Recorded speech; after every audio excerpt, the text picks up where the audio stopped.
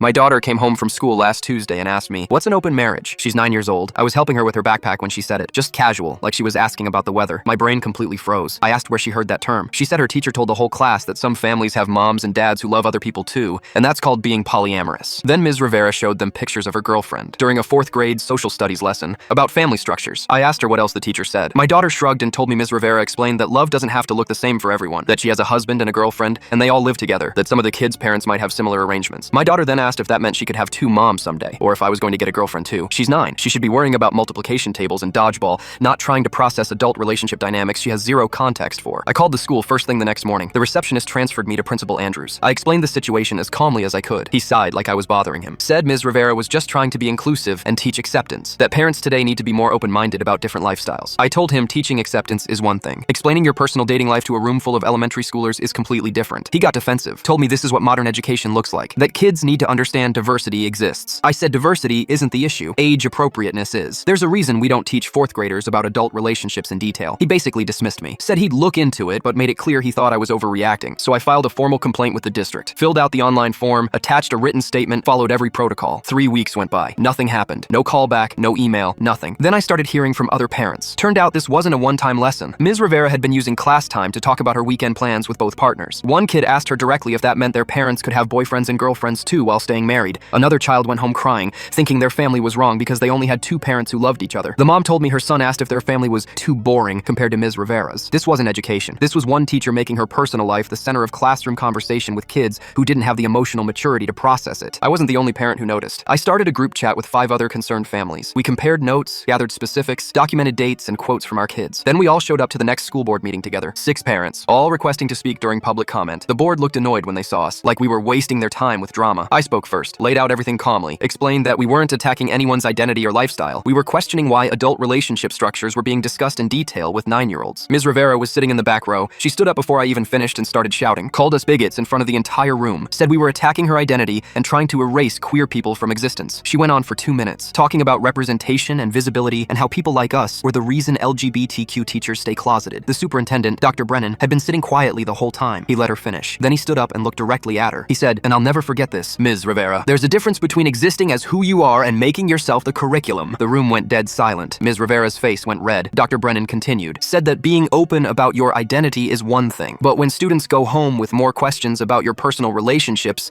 than the actual lesson content, that's a problem. He told her right there that the district would be reviewing her classroom practices effective immediately. My daughter asked me last night what happened to her teacher, and I told her Ms. Rivera just moved to teach older kids. 2 weeks later, Ms. Rivera was transferred to the high school, where students are actually old enough for those conversations.